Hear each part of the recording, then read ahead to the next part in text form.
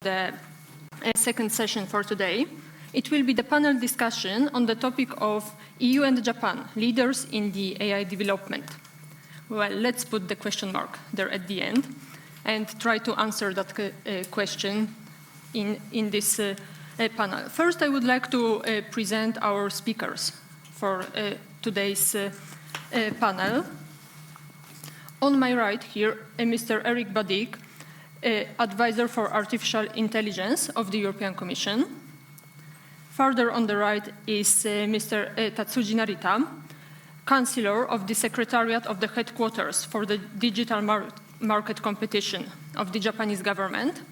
And here on the left is Mr. Scott Marcus, Senior Fellow from Bruegel. First, I will ask the speakers to have each the presentation of around 15 minutes. And later on, I will ask for the comments and questions from the floor. So, Mr. Badik, if you can start first.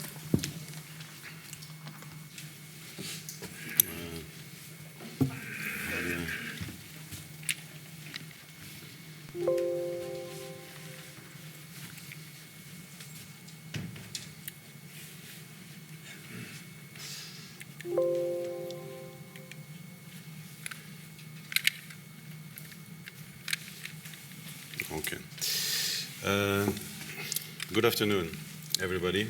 Thank you for the invitation. My name is Eric Badike. I'm working in DG Connect, so one of the general directions in the European Commission that deals with technology, with research. So we run the research programs, research and development programs, and we also have a number of activities on regulation, and one of these activities is AI, so that's why I'm here. I will give a short presentation on what our strategy is, what we have done, and what our intentions are in the area of AI. So first of all, unfortunately I couldn't be here this morning, but I guess this has been discussed already in detail. We all agree that there are amazing opportunities in AI, in data, in better use of data. Now, AI is a bit of a catchword. There is a lot of hype about AI, so maybe we could also see AI just as the next step of digitization, of better using the data we have at hand in order to do more with this data and to solve a lot of the problems we have and common problems we have. And that's also why it's important to look at this in the global context, and that's why it would be very interesting to discuss how we can work in particular better with Japan to discover the next frontier in AI, but also to make sure that we have a level playing field and we agree on the same rules and guidelines for AI. In this context, also in this global context, which is not easy, I mean, with some at the moment some trade wars and or things that look very much like trade wars, I think AI is also perceived as something that is very strategic, or that on one hand offers a lot of opportunities, and we feel that this is going to make a difference. It's going to be essential to our competitiveness in the future, but it's also a bit scary. So I think there is this global context that's very interesting, and in that context, Europe, in the new Commission, I have this as the last point. Also, as you know, we every 5 years we have a new Commission coming in. We are in this phase now. It is a difficult birth, as you have seen, in particular for our Commissioner, who was, I mean, this is democracy, who was not accepted by Parliament. Now we are waiting for a new proposal from the French side, so that means there is a bit of a delay in this new Commission. But this new Commission has already given some of the orientations, and one of them will be we think we need to do more for our strategic autonomy, and AI is a part of this, is an important element of that. So what does it mean? It doesn't mean that we are going to say Europe first, like others say America first or whatever, but it means that we are aware of the fact that some of these technologies that are essential for our future, for our industry, we need to keep more control. So we need to basically do more what we've been doing in the past years, which is work more at the European level and invest together and have common strategies. And this is, of course, obvious if you look at the competitiveness of each of the member states with respect to the big players, with respect to the US, to China, to Japan, etc. We in some of these areas, in many of these areas, there is only a European response. There can only be a European response. And AI is certainly true for AI. It's very, very clear for cybersecurity. And then it's true, of course, for connectivity and other areas. So what we will propose, or what we have proposed actually, and now we are waiting for this new commission to come in, waiting for the process to be finalized on the financing of the next phase.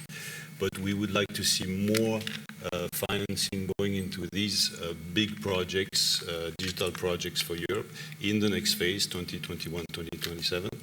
And here, well, there's lots of jargon, and I apologize for this, but these are all the different tools that we have, the different programs that we have, and giving some examples of where we think that it would make sense to have big European projects, whether on AI and common data spaces, on cybersecurity or on blockchain or on areas like this. And we are going to bring this ambition more strongly with the new commission. And I think also some of the allocation of portfolio and the way the new commission is organized shows that there will be a more ambitious approach towards technological sovereignty, towards more investment and building a stronger European presence in these areas than in the past. So now moving on to AI, because this is the topic today. We have a strategy on AI that we have presented already last year. Three pillars. One is, of course, an investment strategy, as I said before, for the overview. An investment, an excellence strategy. We need to stay on top of technological development. We need to invest together in the technology, in the research centers, in the excellence centers, etc. One is looking at the future and the impact of AI that it will have on socioeconomic changes, on the job market, for example, because there are also lots of questions there.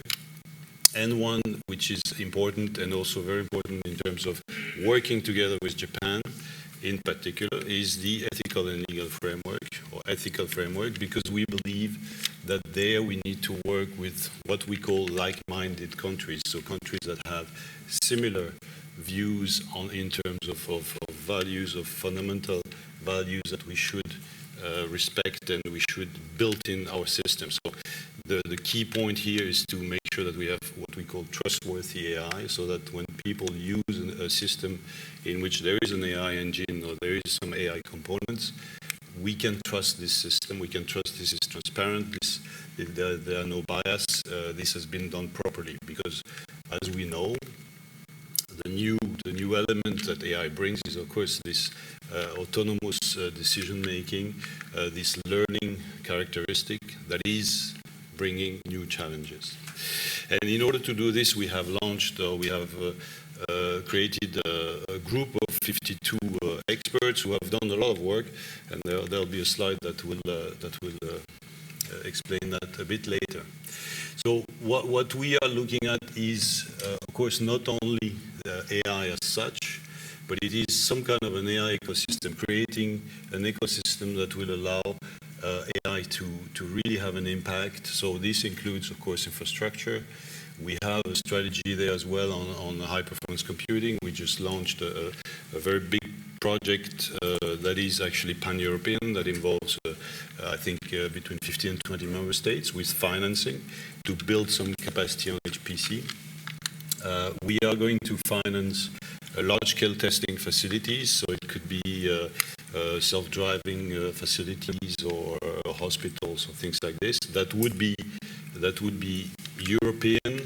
That means that data would have to be shared, that there would be some kind of openness in the process, and some data spaces to bring together the different data sources with interoperability so that we can train the AI systems and we can develop AI systems that are useful across Europe. Then there is this work on what we call digital innovation hubs. So this is also for us very important, is to bring the technology in the different regions. There is this objective to have one hub per region ultimately in Europe. So the idea here is to connect these local hubs with the best we have in terms of infrastructure, whether computing infrastructure or testing infrastructure, and to spread this knowledge and allow SMEs and smaller actors in sometimes remote regions to access this technology. The third one is, of course, I've already spoken about this, excellence in research. So there we need also the political will from the member states now to finance what we are proposing, but we hope we'll get it. And then there is a dimension of training, of course, with skills. So we have also a proposal there for a sizable part of one of the programs that we are launching, a new program on skills. And some activities, of course, on data reuse, on fluidifying, on making the data market more fluid in Europe, because that's also essential to allow AI to take off. So this is maybe a lot has been said already, but this is just to show the level of ambition in the different areas. We have a number of things, for example, the AI on Demand platform, which is something we are proud of to bring together the resources on AI and in a platform where people can share their algorithm, can share data, etc. So I won't go more into detail on this. This is an overview of the different programs we have and how they serve or they will address AI. So on the left here, there is the Digital Europe program. I have a slide on this, which is a new creation, and we are hopeful that this will be accepted soon and financed. And this program will be more of a, it's not a research program, it's more a kind of a deployment and a testing program. And there will be a sizable budget for AI within that. And then, of course, there is the research part, which is a large program for 100 billion over 7 years, if we get the funding from the member states. And within that, there will be some activities, a lot of activities also on AI. I was talking about the Digital Europe program. This is just a bit more details about it. This is a new program that we have proposed now. I think it has resonated quite well with member states, with the political level, saying that it is time for Europe to do more in these areas and to do not just research but also deploying the technology, doing some testing facilities, etc. So AI will be a big part of that. Now, how do we work with member states? This is very important. This is Europe. This is not just dictating something from Brussels. We have what we call the coordinated plan. So we bring together the member states 3-4 times a year at relatively high level, and we try and we succeed in having them agree on national AI strategies, on aligning the strategies with the European strategy, in financing research and innovation, also in joint projects. We are also pursuing data spaces with them, so looking at which area, for example, in health or in other areas where we can bring this data in bigger pools, and talking about skills, talking about ethical development. So there, I must say there is a lot of activity, as probably every single member state has today a kind of a commission or some groups thinking about this. This is at the same time a good thing because that means what we are doing, and everybody is aware of these issues. On the other hand, it is a concern because the last thing we want is to have 28 or 27 maybe different regulations and different approaches to AI, so to regulating AI. So this is one thing that we are of course aware of and looking at, and that's one reason also why we have this objective to go relatively fast with this bringing to the table some kind of rules on AI. So the work of the what we call the high-level group has focused on ethics guidelines. I don't know if you've heard about them, but they have actually been resonating, I think, quite well around the world. I know that Japanese colleagues are aware of them. They have their own guidelines in Japan as well. But there is work at the OECD level. There's work in the G20 as well recently under Japanese presidency. So there is lots of things going on. But I think they were quite ahead in the reflection, and they have had an impact. So this covers the 7 principles here. So if you have an AI system, you should make sure that there is oversight. You should make sure that it's robust, that it's safe, that it's transparent, etc. So I think all these principles, of course, derive from basic fundamental rights and make a lot of sense. And I think they are very, very similar to the ones we find in Japan and in other places in the world. But I think there is really a lot of commonalities with what the Japanese approach is. So the process is like this. I won't go into all the details, but we are now somewhere on the right under the piloting phase. So we are piloting these guidelines, or this or kind of an assessment list of these guidelines. We have about, I think, 500 or 600 companies that have answered our call for piloting, and we have what we call deep dives, so which is sitting down with some specialists from companies, and they could be big ones, they could be small ones. We have actually the big American players, some of them playing the game and testing these guidelines, which is a good thing. But we're also very interested in testing that with smaller players, because we want to know how heavy is it. How much will it cost if you follow all these guidelines in your development? Is that going to be a problem for you on the market or not, etc. So we're hopeful that this will inform the process in a very useful way by the 1st of December. And then we will have a review of the guideline early 2020. So actually this was, the plan was that we would do this process, and then we would take our time and we would reflect whether there was a need for a regulation or not. This was the original plan. The political level has decided in a different way, probably because there is so much talk and so much hype about AI, and there is so much activity around the world. And now we have our new president-elect, Ursula von der Leyen, who has given a signal that she wants something to be done very quickly, within 100 days. Now, of course, we are lucky in the sense that there are these delays, and the question is, when will the 100 days start? And now with the further delay created by Mrs. Goulart problems in the parliament, we have a bit more breathing time. Don't say that we've done this on purpose, but that's, of course, helpful. Because 100 days is very short, as you can imagine. So we are still under this guidance and these political guidelines. We will see what actually happens after 100 days. It's not 100% clear, to be perfectly honest now. It will depend on the new commission, and as soon as it will be in place, we will have more clarity.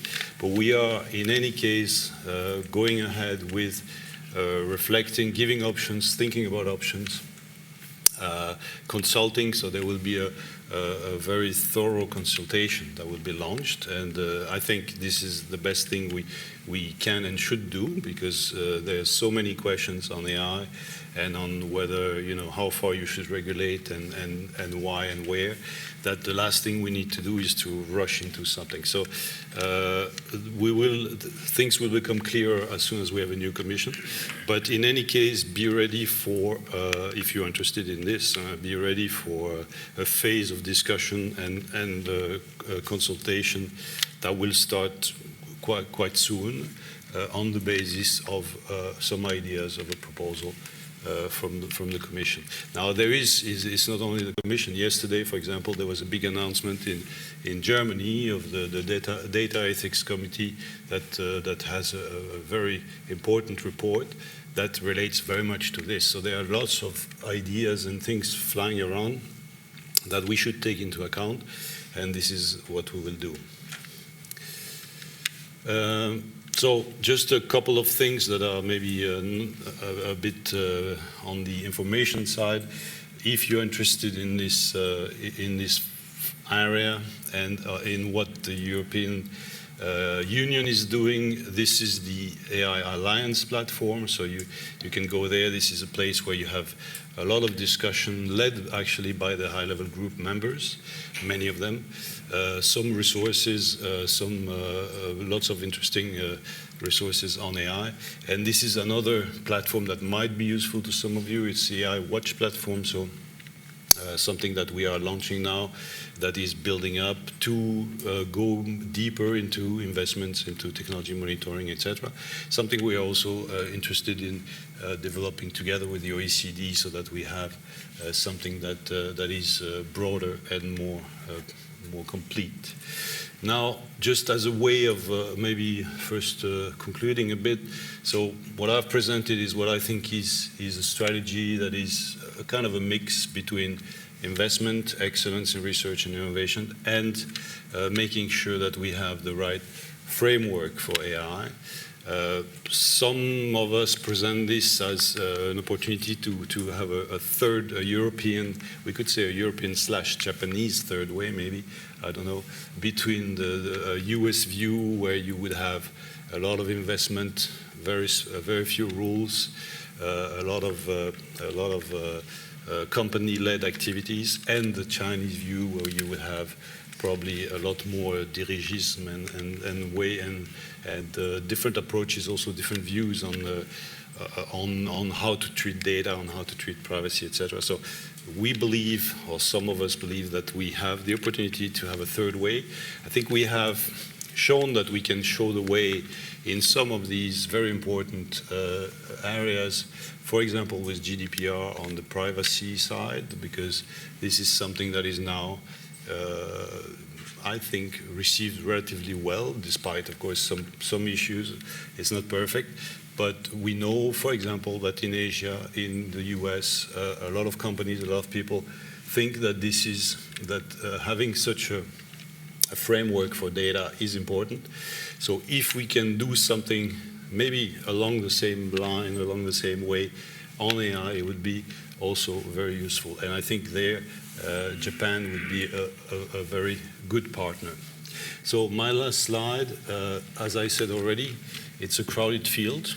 There is a lot going on in terms of human-centric AI framework. There is OECD, there is G7, so there's talk about a global partnership that originated in G7. Not very clear where this is going, but this could become one important platform to achieve a global consensus. There was the very important work of the Japanese presidency on the G20 for the declaration on AI. There's UNESCO, there's Council of Europe, that's also important. Standardization, a lot going on as well. Some are ahead. IEEE is already quite advanced. Some Europeans are trying to catch up, I think, since Senelec. So on the way forward, I think we are now, the first thing is to complete our piloting phase, and there we are happy to get more companies, and why not Japanese companies, if some of you can maybe do the intermediary and draw the attention of some companies or organizations in Japan that could be interested in testing these things would be useful. Maybe we can organize more exchanges of views on regulatory needs. Now, if you have a bit more time, maybe that's good news. And then we are interested in going further into bilateral discussions with, as I said, like-minded countries, and I think I would put Japan definitely in this group. And then later, what will be needed is to build on these bilateral exchanges, and once we have a consensus among us, to move to a higher level of consensus at world level. So that's what I wanted to say on AI and regulation. Thank you.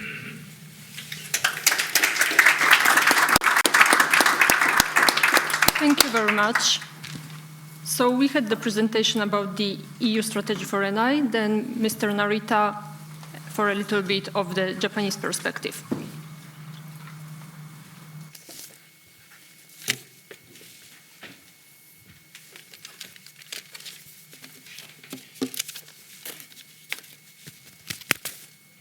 So mic is on? Is this mic? Okay.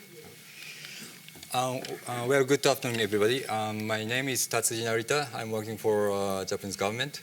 And actually, Japanese government newly established the organization to tackle the digital market problems, issues. And I'm responsible for that organization.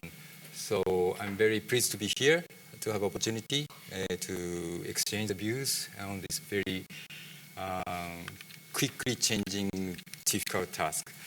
And I'm very thank you to Kobe University's people and also the Bruegel people to have this opportunity.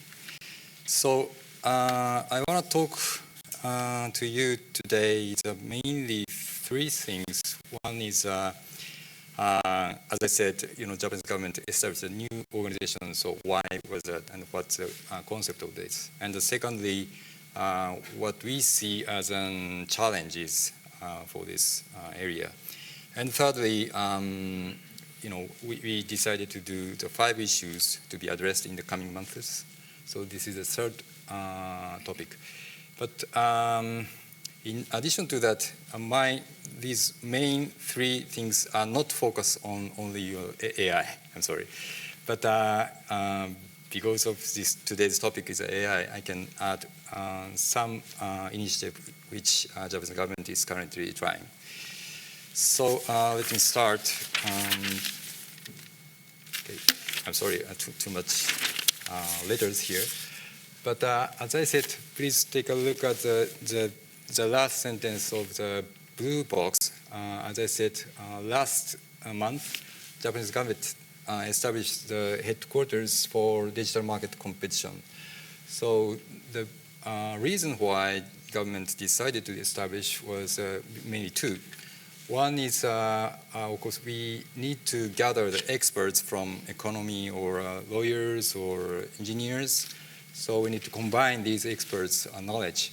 And secondly, since this is bring a broad, complicated questions, so that's why government want to take a cross-sectional approach and to cover whole Japanese government policy.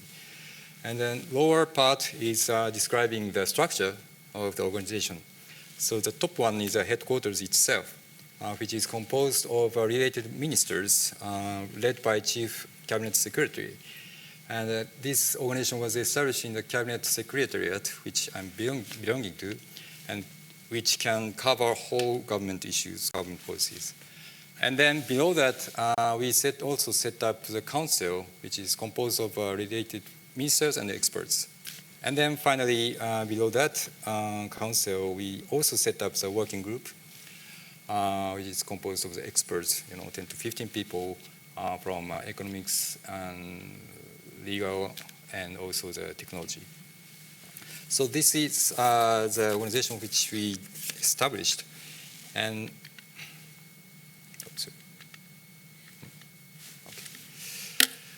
so what is the concerns in the digital market currently?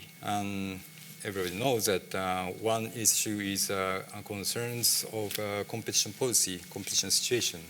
And secondly, the privacy issues, of course. And thirdly, these concerns could expand from just virtual business to real economy, real business field. And I think that we can share this kind of concerns with EU friends because, we both of us have, great companies in the automobile or some machinery. It's a real business, but this, AI and the data-driven economy to expand. So the same concerns could expand. So then right-hand side approach, again, this organization is trying to, overall view and take a lead of competition policy and privacy policy, and also to stimulate the companies to adjust to this changing data-driven economy.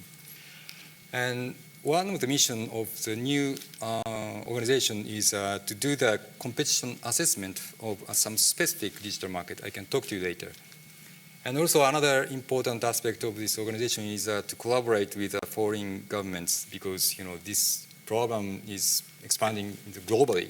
So even though the Japanese government decided to introduce something new, it doesn't work because just small Japanese market doesn't necessarily affect the business model itself. So that's why I'm here to exchange views with your EU friends. And thirdly, so please take a look at the upper hand in the blue box, which is saying that we initiated the discussion in early this month, October 4th. We started the discussion in the council and then set up 5 issues to be addressed in coming month. And so you can see here 5 boxes, and then 3 orange boxes are related to the competition policy, and the green one is a privacy policy, and the blue one is assessment. So let me explain the first one, the left upper side of the orange box. Japanese government is trying to amend the guidelines under Anti-Monopoly Act, which is dealing with the M&A investigation. As you know, that data economy and the big digital platforms is trying to purchase the small startups, and the current guideline doesn't fit to investigate those kind of activity. That's one. And then secondly, we also are trying to introduce a new bill on transparency issues of digital platforms, which is very similar to EU P2B regulation. And thirdly, again, this is also a competition policy, but Japanese government is trying to create a new guideline which is dealing with abuse of a superior bargaining position between digital platforms and consumers. Actually, this, everybody is saying the ASBP. ASBP 2 is quite unique in the Japanese Anti-Monopoly Act. I heard that, before maybe 5 years ago or 10 years ago, other countries are not necessarily interested in this tool. But recently, the other government is quite becoming interested in this tool because, this is not dealing with a dominant company, but a relative superior position could hurt the competition. So this tool is addressing, for example, the relationship between big company and SMEs, and the big company is not necessarily be a dominant player, but if that's superior to the SME, as you know, that the SMEs have a difficulty to negotiate the conditions. So this is the idea.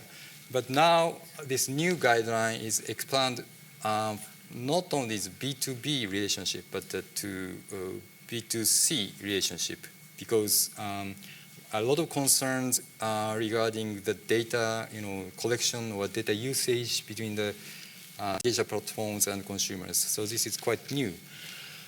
And then upper right-hand side, the green box is saying that we also are trying to revise the Privacy Act. And then finally, we decided to initiate the competition assessment on the digital advertising market, which is obviously the significant impact in terms of the business model of the digital platform, and also there are a lot of concerns from the privacy issues. And I can touch upon these policy initiatives which have some aspect of the AI. So, for example, more letters, I'm sorry. But so here is describing the overall picture of the new guideline for the Anti-Monopoly Act to deal with the M&A investigation. So when the JFTC, the agency, authority, is trying to do the investigation on the M&A, basically they need to define the market, and also they need to judge whether there is a possibility of the competition restraints. And for example, regarding the competition restraint, so far JFTC is utilizing basically the market share. But since digital platforms is trying to buy small startups which doesn't have any sales, so this guideline doesn't work. So that's why we clearly put the wording for the JFTC could see not only the market share, but also the direct or indirect network effects, and also the possibility of the elimination of the new entry. And also we put the evaluation methods on of the data accumulation because of caused by the M&A. So this is saying that maybe the 4 parameters is here. One is volume and variety, value, and velocity. These parameters could be used to judge whether the data accumulation could hurt the competition.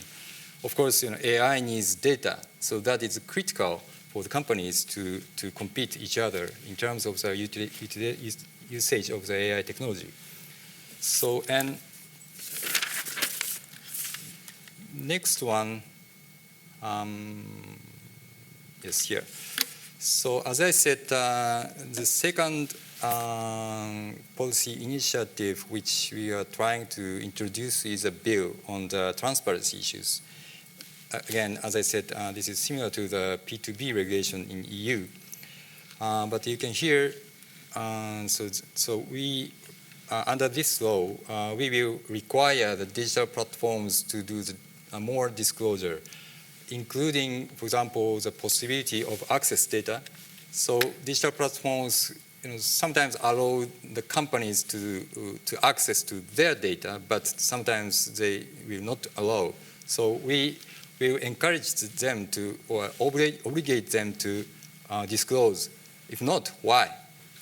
And also, maybe I did not add here, but another disclosure item gonna be, how the platforms determine the ranking of the search or ranking of the shopping. We require the companies to disclose, for example, the parameters or how prioritize those parameters.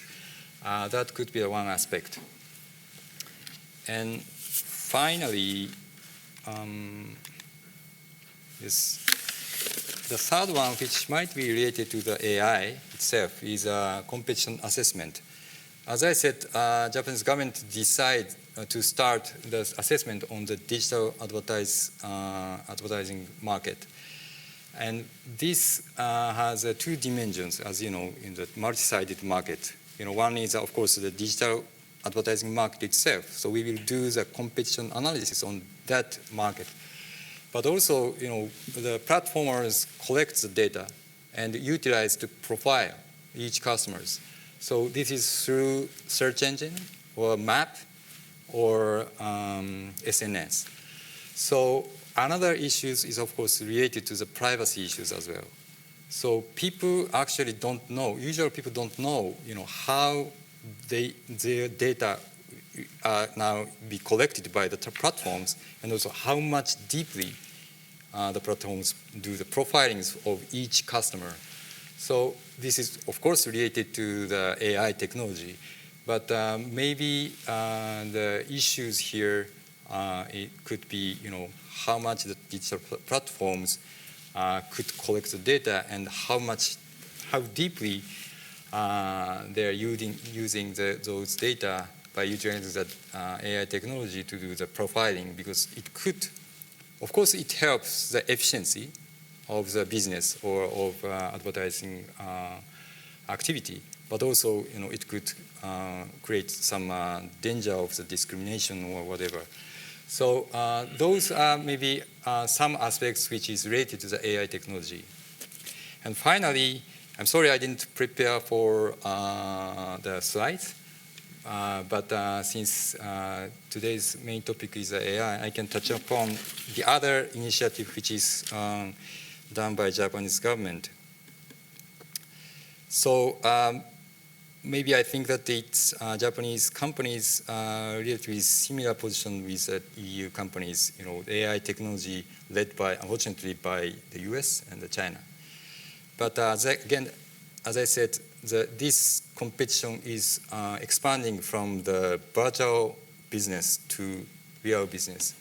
So if our companies, are beaten by those other countries and other companies, the potential of the growth could be hurt. So this is, I think, for the Japanese government and Japanese companies, which is very critical, I think. So we are, doing several initiatives for the policy side, but I can present to you three initiatives. One is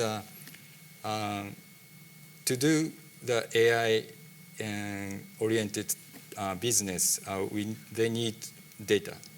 And currently, the big companies in Japan have a lot of data, especially in real world, like automobile companies or machinery companies.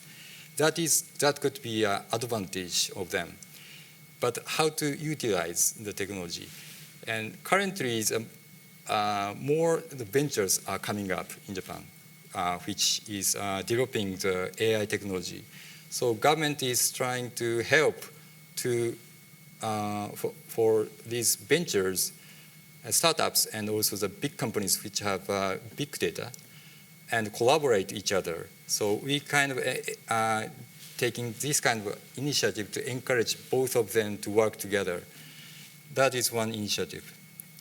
And then secondly, we also doing some sector-specific projects, such as automobile, so mobility, or infrastructure, or the smart home or smart life, which the data brought in at home, and also the healthcare, and what else?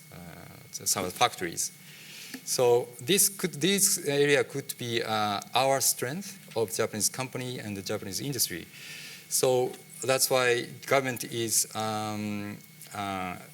set up the project to encourage the companies to work together. And the issue here is how the companies can share the data, because the companies don't want to share the data with their competitors.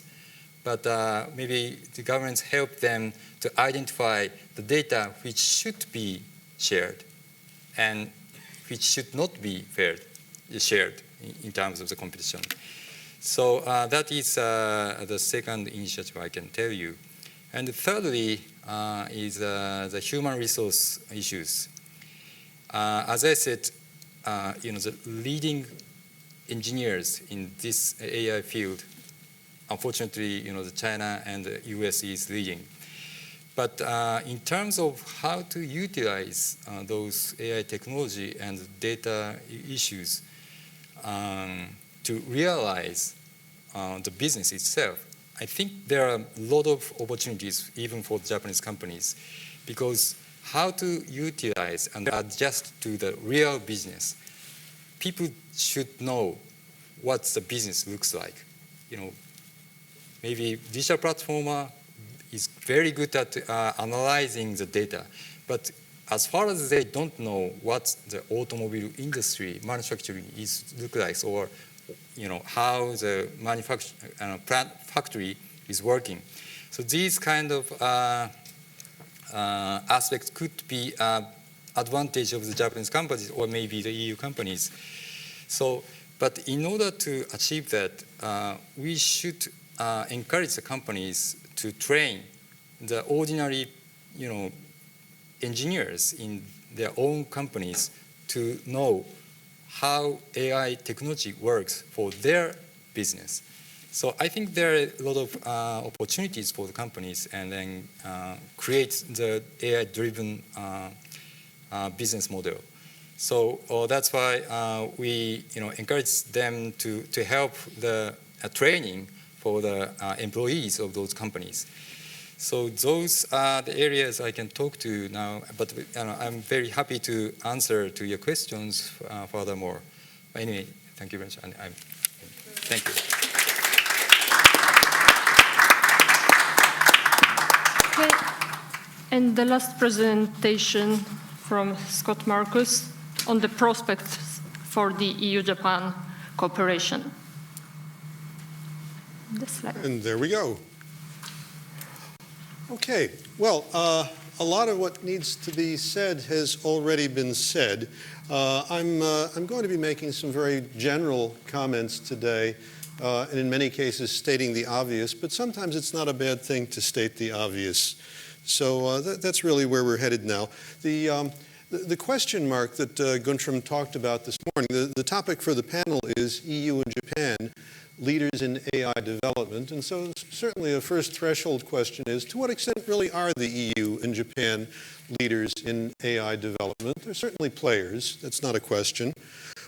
What are the issues that are at stake here, and what are the implications for public policy of the positioning of the EU and of Japan? So that's really where I wanted to go with the talk today, and it'll be a brief talk.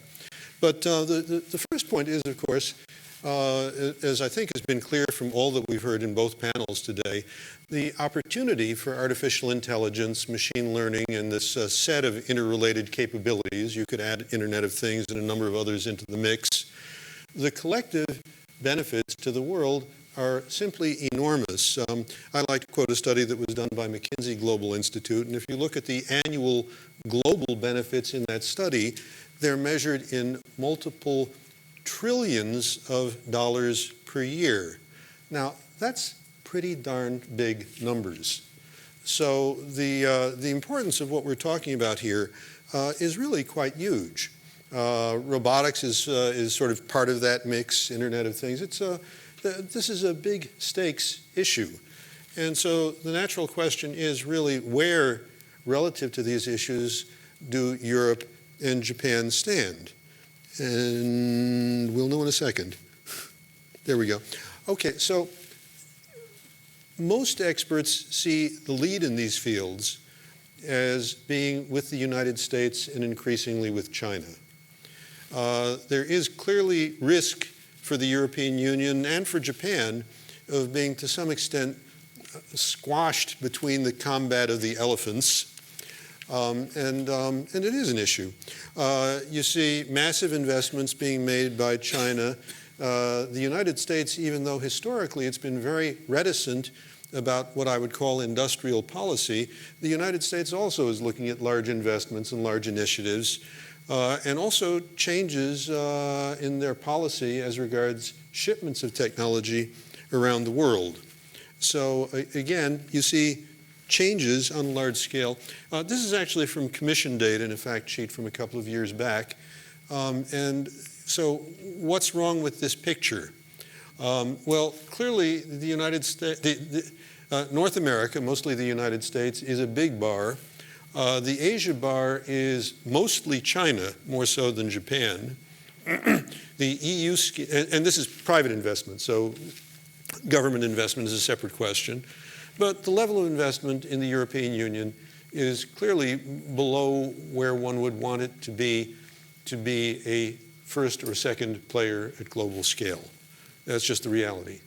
And that's not necessarily to say that it can be changed. Now, Brexit Well, we don't know quite yet what's going to be with Brexit. We think we might know. Maybe it'll be. But it surely doesn't help. Now, different forms of Brexit would have different impacts on the picture, but by all measures, the UK represents a very large fraction of the European Union's artificial intelligence capability today, and that capability is sort of leaving, and the degree to which cooperation will continue, hopefully is there. Certainly over the last couple of years, lots of forms of academic cooperation, intellectual cooperation, have been harmed by the uncertainty. Maybe we'll get past that in the coming months, one hopes. But again, Brexit doesn't help. Actually, I should explain, by the way. These data, I'll be quoting another set of results. These are OECD data, and they're data on investments made mainly by venture firms into startups. So it's not the whole story, but it's certainly indicative. The OECD thought that these were important enough to publish the results. Now, we also have a changing geopolitical situation. The previous speakers spoke about it, but I think they were a little reluctant to be too blunt about it. You've had, historically, a very close cooperative relationship between the EU and the United States, very strong cooperation. Today, we see strains on that cooperation. We see trade war. The U.S. actually is in the middle of a process. There's already been a consultation held by the Department of Commerce and legislation already in place to restudy the whole question of export controls and of foreign direct investment. And there's a list of just a couple of pages of the technologies that they're worried about. And you'll see that technologies like artificial intelligence and robots are very prominent on that list. And part of the reason why they come into play here as well is that many of these technologies are also dual use. They have military applications as well as civilian. A third area, and one, by the way, that Bruegel has actually experienced at firsthand, is it's becoming increasingly difficult to get visas for experts into the United States to work on these topics. So again, many forms of cooperation are under challenge, and this raises questions about where the relationship is going. Again, you've got a global industry increasingly dominated by United States and China, and the risk of abrupt, unpredictable disruption to supply chains has to be taken seriously. Clearly the most recent experience we've seen with that is with Huawei. One can debate that. I won't go into the details. But the disruption of supply chains is something that we wouldn't have expected to see at that level in previous years. And I don't think it's going to get better, and I don't think it's necessarily limited to one U.S. president. For me, as someone born in the United States, these are painful statements to make, but I think one has to deal with the realities as they are. So clear implications, I've argued in multiple papers for Europe, is that there's a need for us to broaden our supply chains and selectively to become more self-sufficient in areas where it's practical for us to do that. Some mix of the two, one has to be pragmatic here. And I think very largely the same considerations probably are relevant to Japan. They're certainly worth looking at. Now, that's the diagnosis on the EU side. Here I'm coming back to the same OECD data, and let's see what the development over time looks like in different regions of the world. Let's see, this doesn't work very well on this kind of screen. Okay, so if you look here, though, you see, first you see there's a huge increase in venture investments in startup companies. Really dramatic increase from 2016 to 2017, and the first half 2018 data much the same is visible. So those numbers are really shooting up. Now, one has to be a little careful here.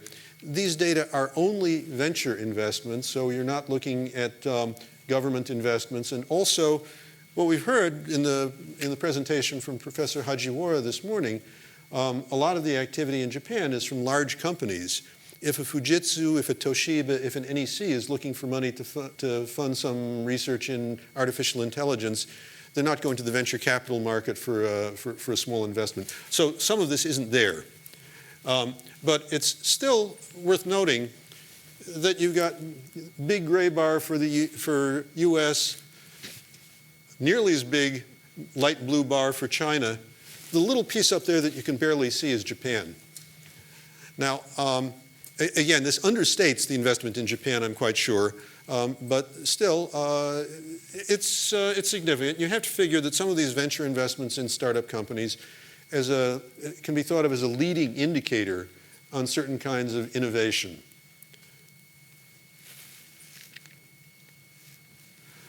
Now, the technology strategy that Japan published in 2016 also made this assessment of the position in Japan, and it said looking at the number of papers related to AI, number of Japanese papers falls below the number of papers in US and China.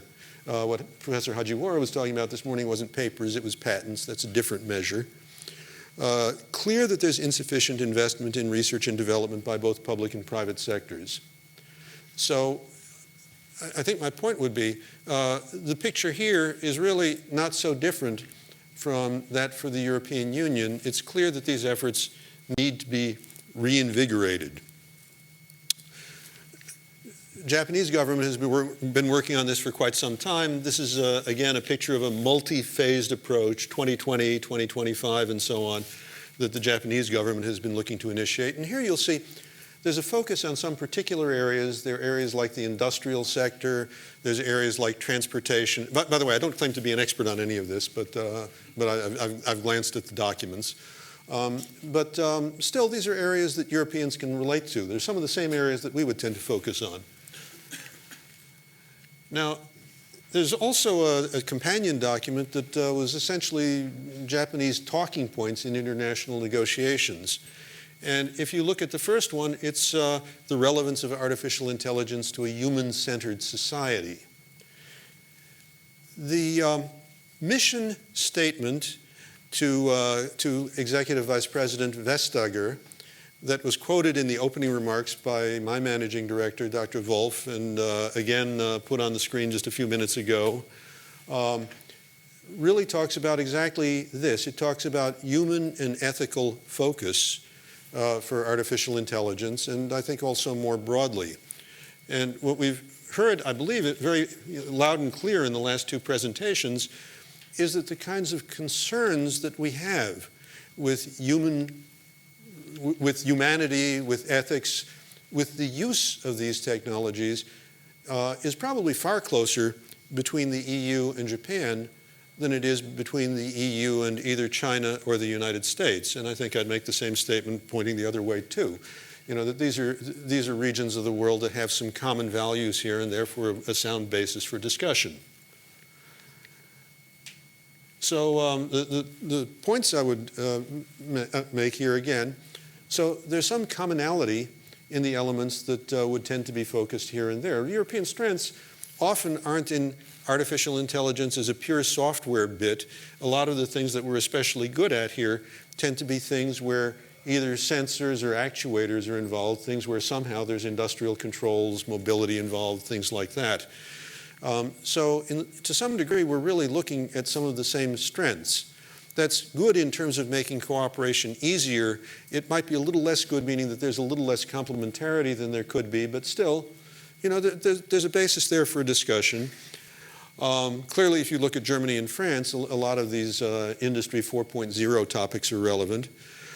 If you look at the approach to cooperation and the approach to ethics and human values in these things, again, you see a broadly similar focus between the EU and Japan. And also, in terms of geopolitical threats, I would argue that the EU and Japan are subject to largely the same geopolitical threats. So at the risk of pointing out the obvious, and I think this was implicit in the presentations that we heard just a minute ago, there's a very strong basis for cooperation here, and I think it needs to be looked at. And there are many instruments that can be used to do that in terms of research, in terms of public-private partnerships, in terms of all the things that we've heard about from both of the previous speakers. And with that, thank you very much.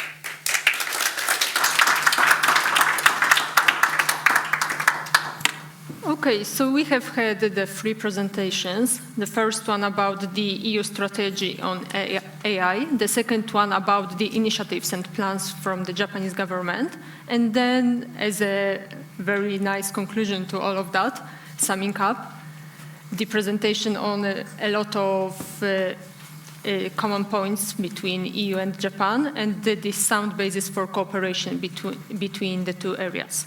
So now I would like to open the floor and ask for the questions or comments from the audience. When you ask the question, can you please state your name and your organization? The mic should be coming here, please.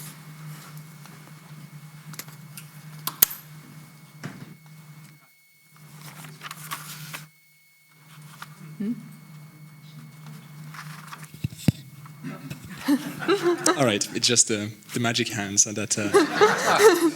Thank you very much for these three very interesting presentations. I'm Nicolas Moes from the Future Society. We are a non-profit that deals with the governance of artificial intelligence, advocating for good governance of artificial intelligence, preserving safety, dignity, and the prosperity, let's say, of humans. Let's say it. There is. Several questions that follow, but I will focus on the priority one for me. Is that indeed there is a room for cooperation, but as Monsieur Badiquier has mentioned, there is also a very crowded space. There is a lot of international initiatives that are there. So, for example, the OECD AI Policy Observatory that is in building, the global partnership on AI that Canada and France have pushed forward. I was wondering whether Japan and the EU would actually approach, how concretely would they approach these international efforts, in particular the AI Policy Observatory and the global partnership on AI, since in the case of the EU there has been multiple statements that the EU wanted to become a global rule maker for AI, similar to the impact that GDPR has had. So I was wondering whether at DG Connect already, or within the Japanese institutions, there has already been thoughts given to how to approach this international forum, and yeah, of course, whether there is a cooperative approach as well in that, like a common position in these issues. Thank you very much. Thank you very much. Maybe we will ask for two more questions and then ask the speakers to reply to the areas they feel strong with. Any other questions or comments? Nothing? Come on. Who was first? Okay, here. Yes, I have a question for the first presentation. Yes. Please wait a moment. Sorry for the first presentation, and I was wondering whether also you would like at European Commission level to have some study the impact of the new European regulation for privacy. Have you thought or an idea of the first impact for a company? Are you doing any impact study of this policy? Because I know that on research there are very few papers on that, and I would really like to know which are the position of the European Commission, because as any policy, it's very nice to have an impact on at least a policy evaluation, because it's a really important policy. There are a lot of discussion on that, but there is any initiative to really measure the impact at different level, because the study that I have in mind now are very narrow, so maybe you can have a more wide perspective. And then it's very nice to speak about cooperation between a researcher and companies. I am a researcher, and it's very complicated to have access all the time with all these projects. And this is for everybody, not only for you, also for Japanese. For example, in France now we have a new research initiative to push research in cooperation with French institutions, German and Japanese. And I know that in the end the budget allocated to this initiative are very low, so basically it's nice to say we need to do research together and new initiative, but that means that we need also resource, money, time, and so it's very nice to say we need to do that and that, but then when you come to research, and I'm speaking about as a researcher now, that's take a lot of time, resource. Usually the probability to get it very low. So what you wanted to do, and last but not least, I'm working on this topic for a while. And I had a very difficult time to finance my first PhD working on artificial intelligence. And it was 2 years ago, almost 3 years ago. And people said that it was not interesting. Okay? Now, those people that said it was not interesting now changed their mind, of course. But a very difficult time to find. In the end, I found it, but it was very time-consuming for me and for my students. Just to finance a PhD is not a lot of money. So what are the real initiative to work on that? Because there are very few communities working on digital economy in the end in Europe. I can mention very few. So. Okay, thank you very much. I know that it's not easy. Questions, actually. I think it's the right time to ask this question. So shall we ask for the question from here as well? My clock just stopped. Could you show me the...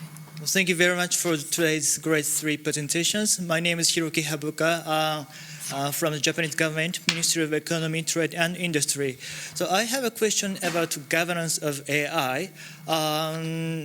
Now we heard about rule making about AI, like ethics, so transparency, accountability, explainability, but they're all about rule making. But the governance is not only rule making, but you should also have monitoring and enforcement.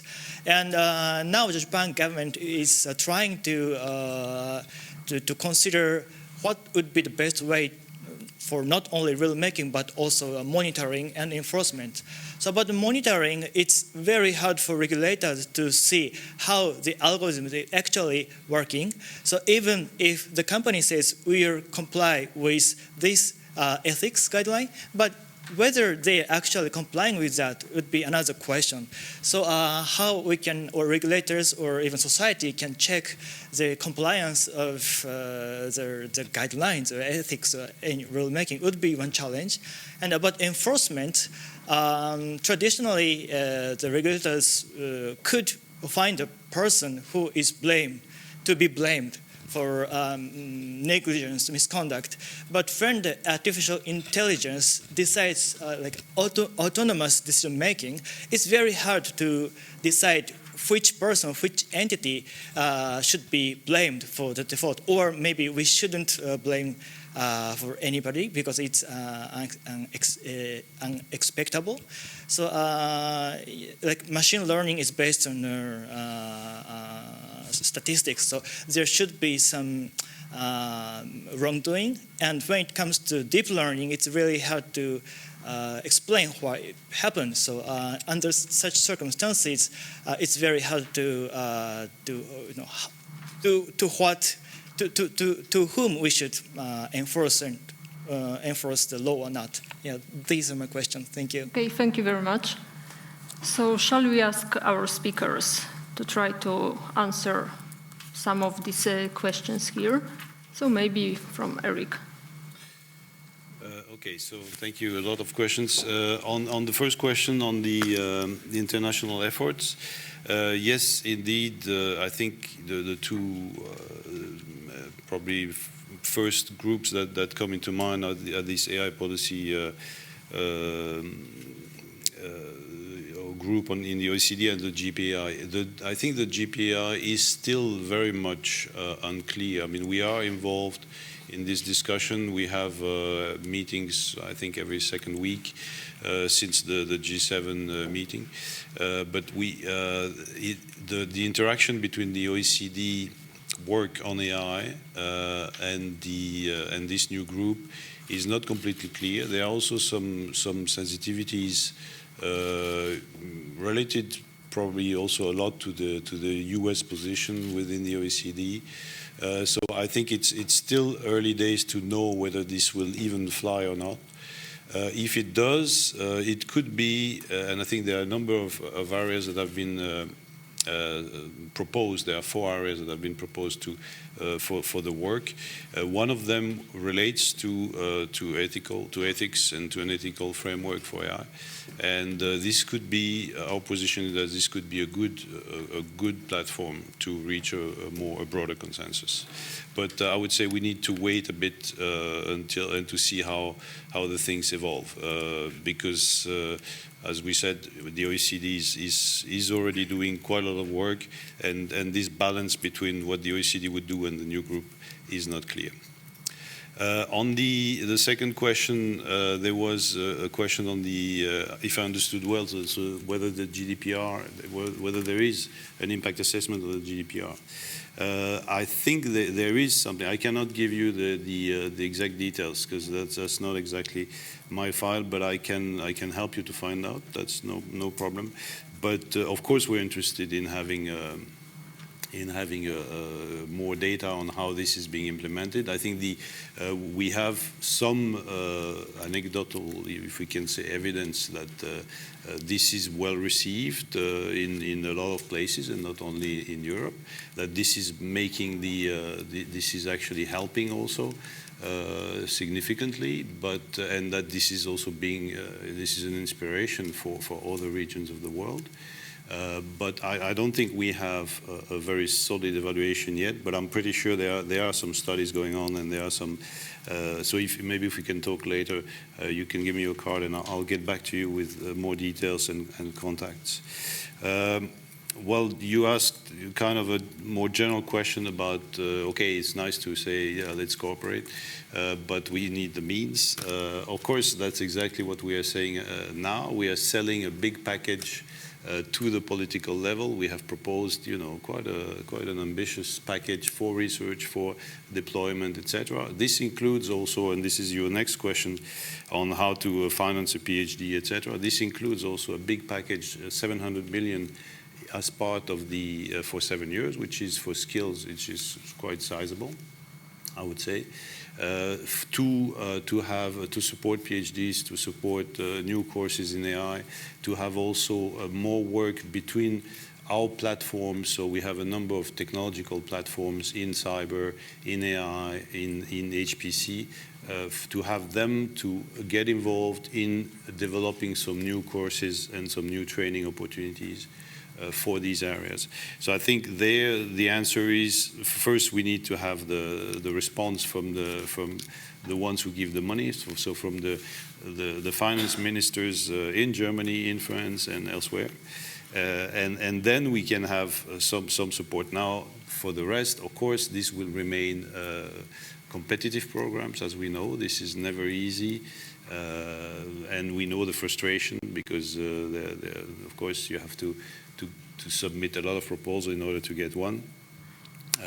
But I think it's the same situation probably in Japan. There's also a lot of competition there. But if we get this funding, I think we will make sure that the international cooperation part will also have will be earmarked so that we can finance such projects. Excuse me. So then there was a question, yes, on the AI governance.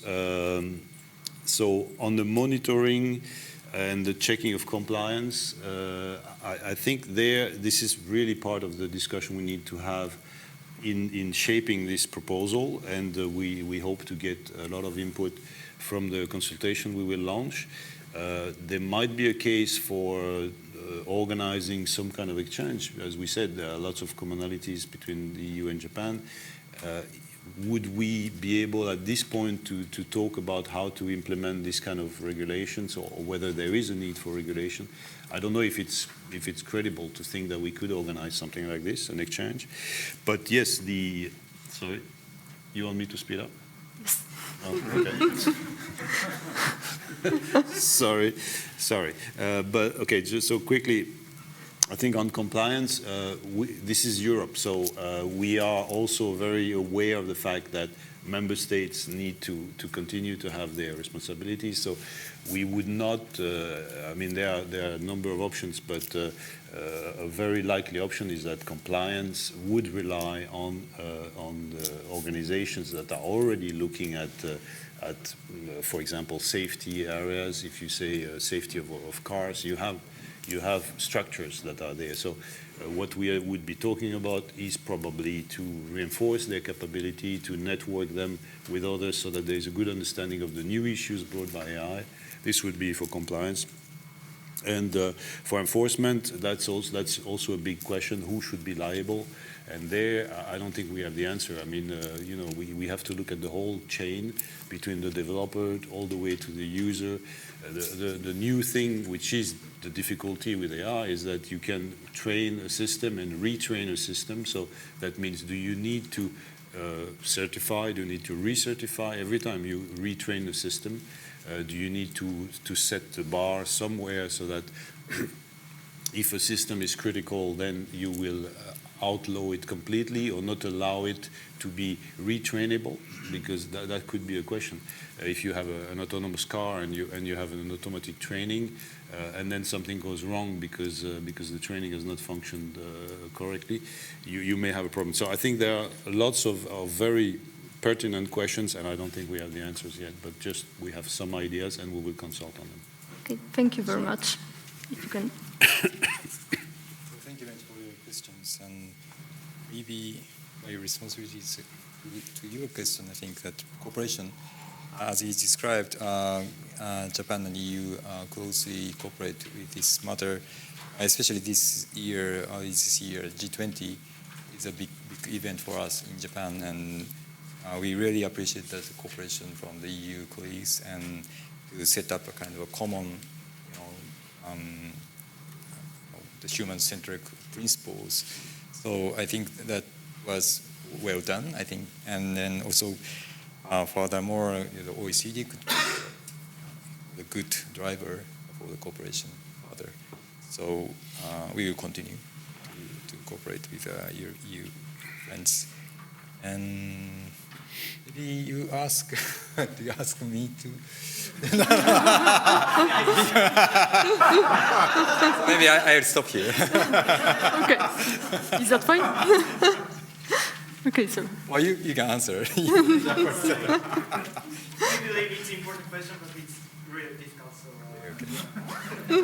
But at this moment, the Japanese government has not decided to introduce some regulation on the AI usage itself. It's, we currently yes, to let the companies to define by themselves, because if too strict regulation could be introduced, then it could hurt the innovation. But we're really looking forward to the hard job from you in 100 days. And then we'll see your outcome.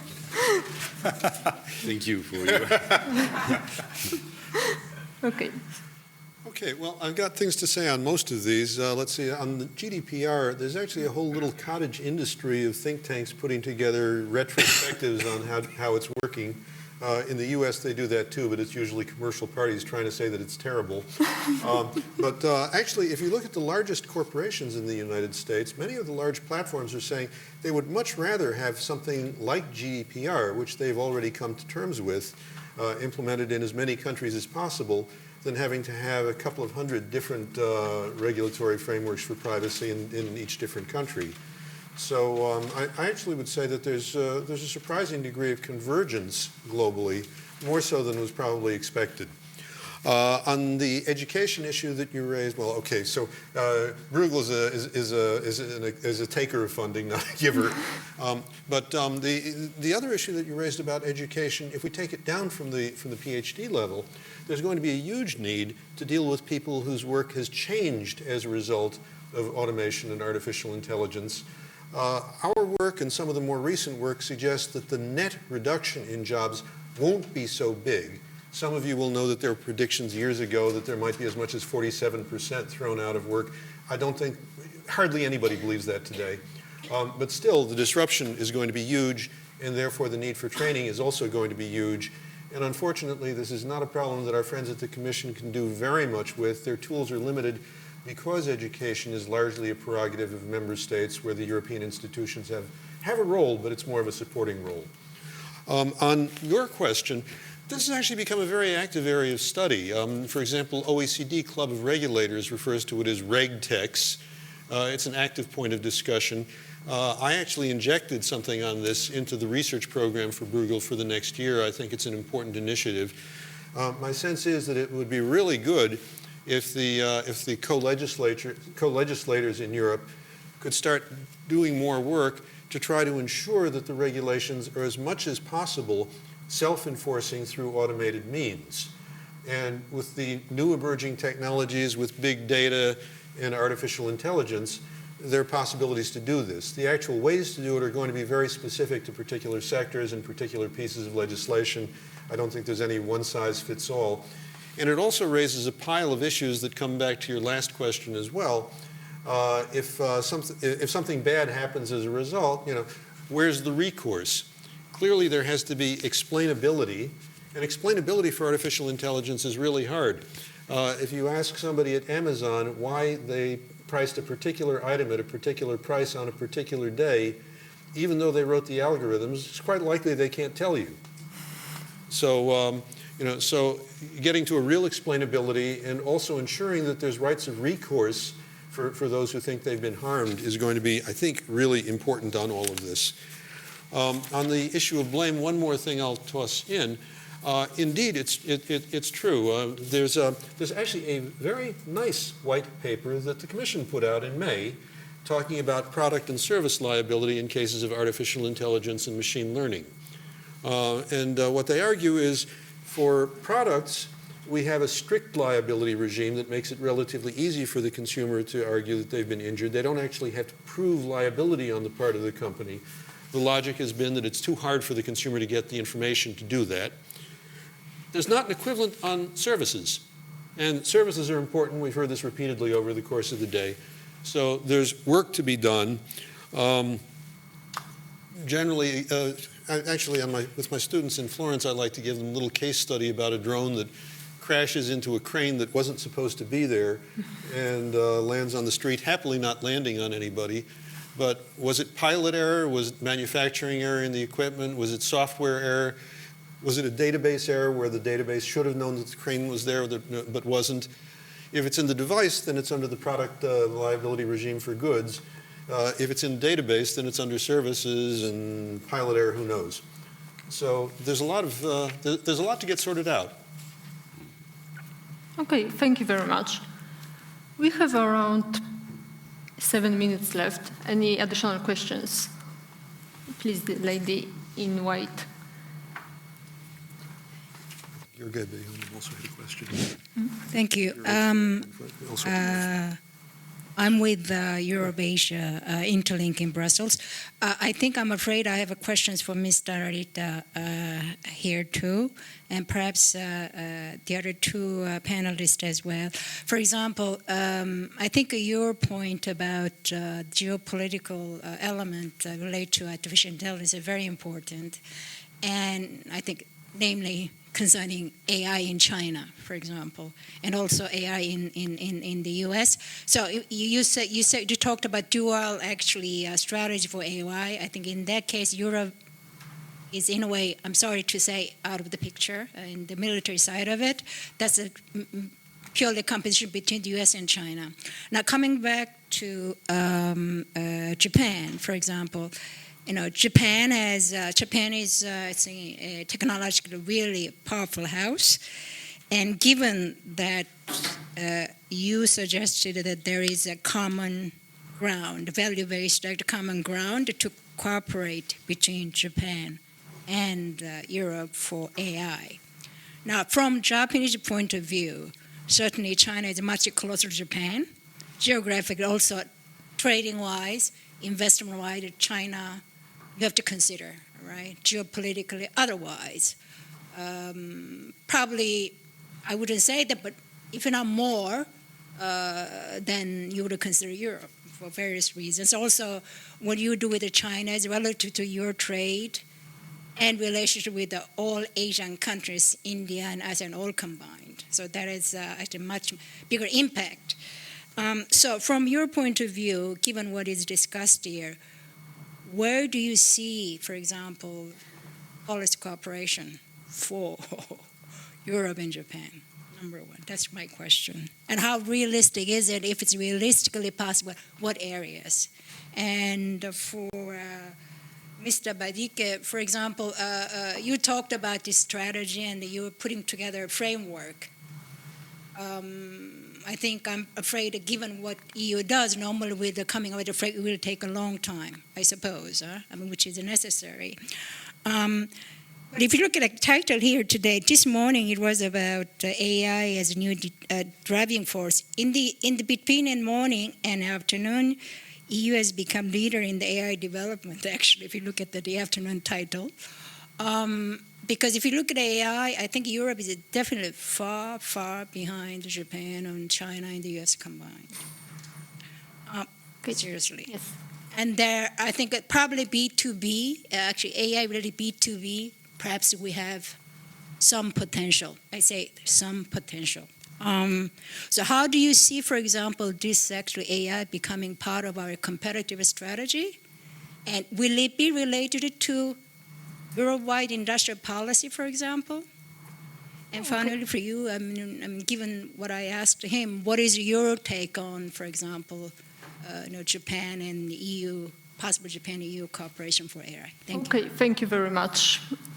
Please, very brief answers, please. We don't have much time. Thank you very much for your interesting question. And first of all, actually, maybe 3-4 years ago, Japan is feeling that since EU is a little bit far from China, so we are a little bit doubtful that the EU people are having the same feeling against China.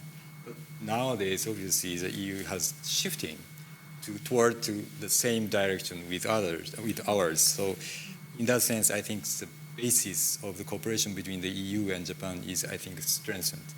And directly speak answer to your question, the area, the possible area, I think that the two areas are the very promising area. One is, as we discussed, a policy area.